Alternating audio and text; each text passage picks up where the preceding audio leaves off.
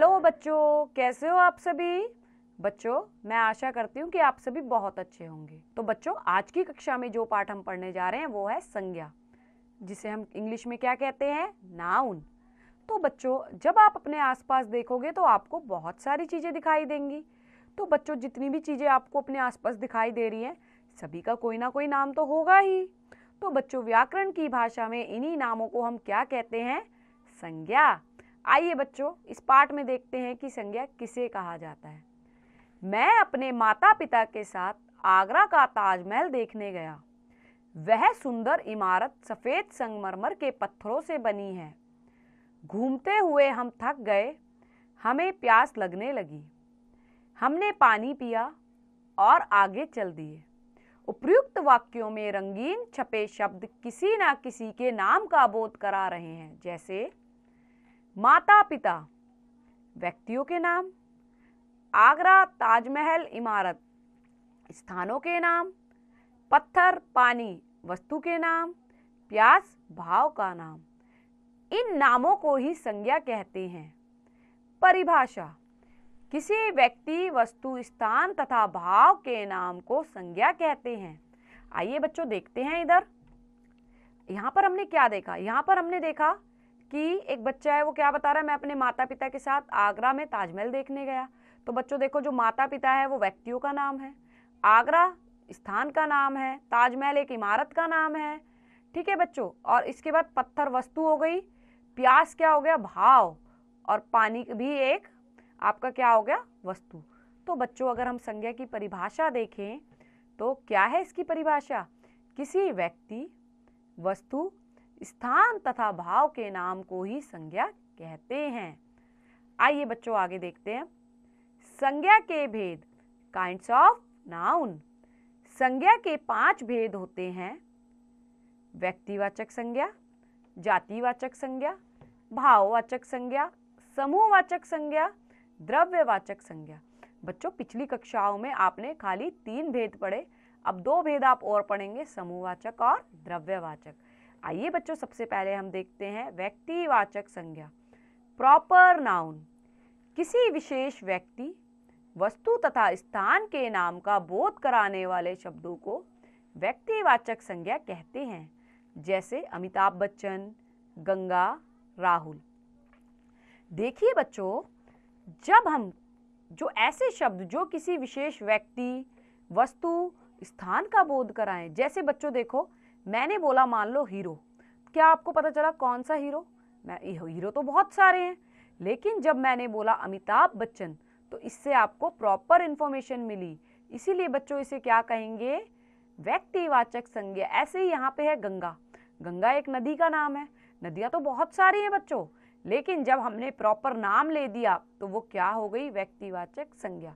अब जैसे यहाँ पे है राहुल, राहुल एक लड़के का नाम है ना बच्चों।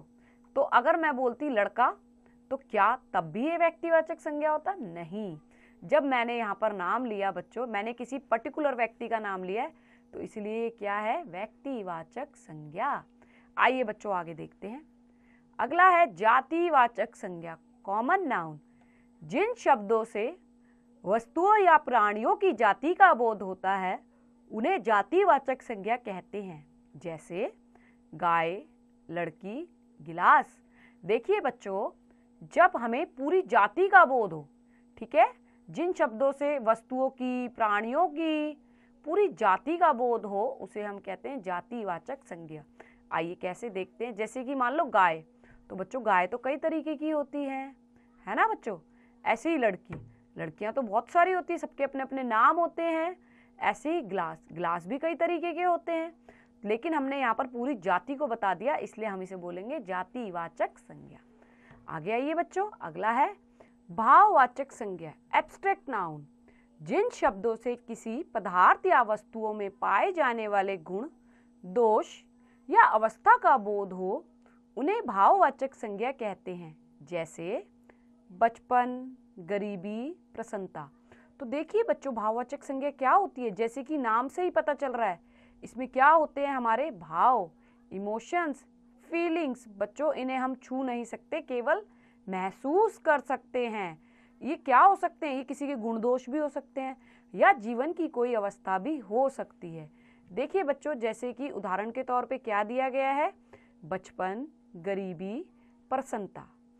आगे आइए बच्चों, अगला है समूहवाचक संज्ञा, कलेक्टिव नाउन।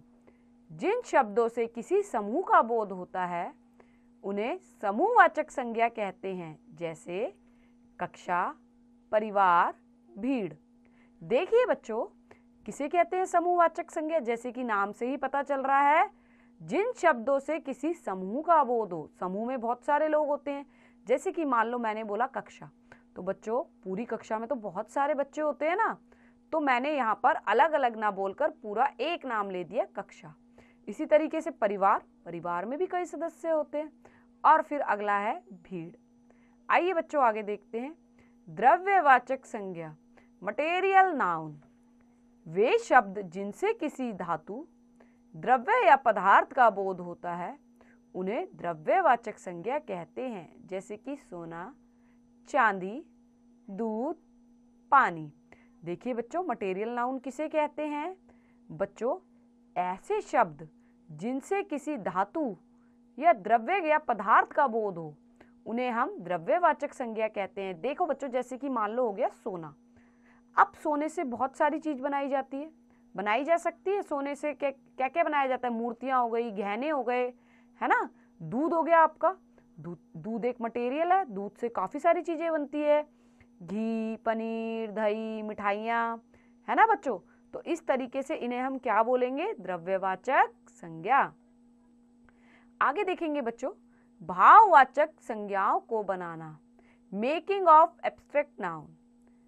कुछ शब्द मूल रूप से भाववाचक संज्ञा के होते हैं, परंतु कुछ शब्दों के अंत में प्रत्यय जोड़कर भाववाचक संज्ञा बनाई जाती है।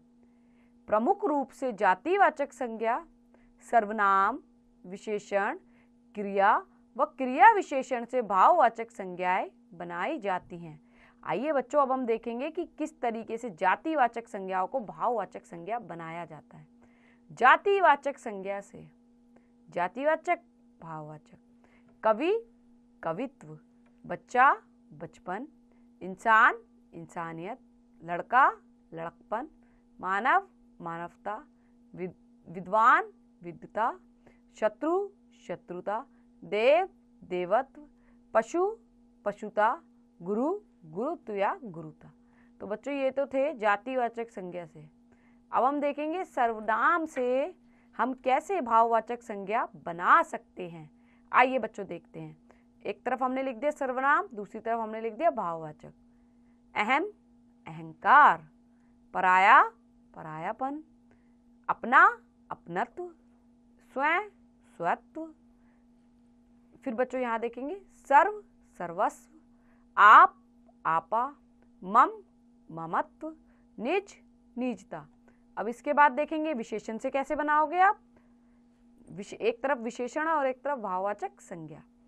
सुंदर, सौंदर्य, लघु, लघुता, चतुर, चतुराई, सरल, सरलता, मीठा, मिठास, बुरा, बुराई, मोटा, मोटापा, अच्छा, अच्छाई। आइए बच्चों आगे देखते हैं क्रिया से कैसे बनेगी भाववाचक संज्ञा।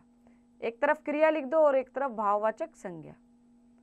लड़ना, लड़ाई, भूलना, भूल, थकना, थकान या फिर थकावट, भूलना, भूल, खेलना, खेल। आओ बच्चों इधर देखते हैं।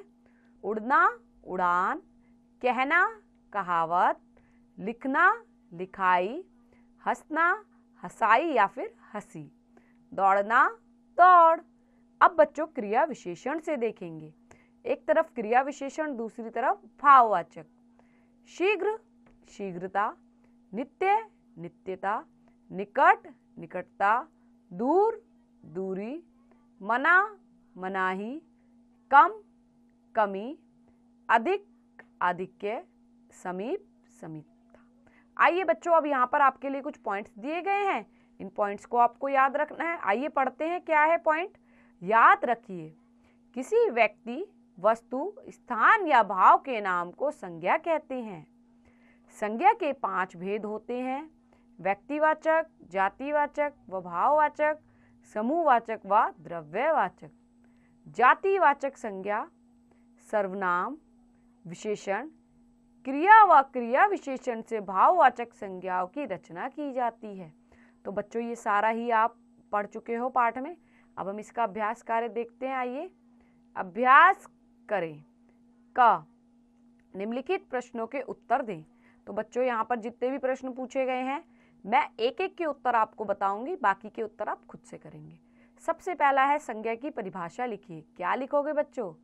किसी व्यक्ति, वस्तु, स्थान या भाव के नाम को संज्ञा कहते हैं। आइए बच्चों आगे आइए। ख, निम्नलिखित वाक्यों में सही के सामने तथा गलत के सामने गलत का चिन्ह लगाइए। देखो बच्चों क्या करना है आपको, जो वाक्य सही है उसके सामने सही और जो वाक्य गलत है उसके सामने गलत। सबसे पहला, संज्ञा के 3 भेद होते हैं। आपने कितने पढ़े हैं बच्चों? अभी 5। तो यहाँ पर आप क्या लगाएंगे? गलत। अगला क्वेश्चन देखेंगे। ग, निम्नलिखित वाक्यों से संज्ञा शब्द छांटकर लिखिए। ताजमहल एक सुंदर इमारत है। तो बच्चों इसमें क्या क्या आ जाएगा?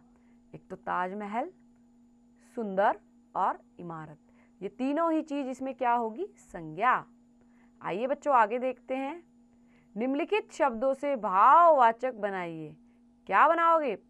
पराया, परायापन। इसके बाद क्या है बच्चों? अगला देखेंगे। बच्चा, बचपन।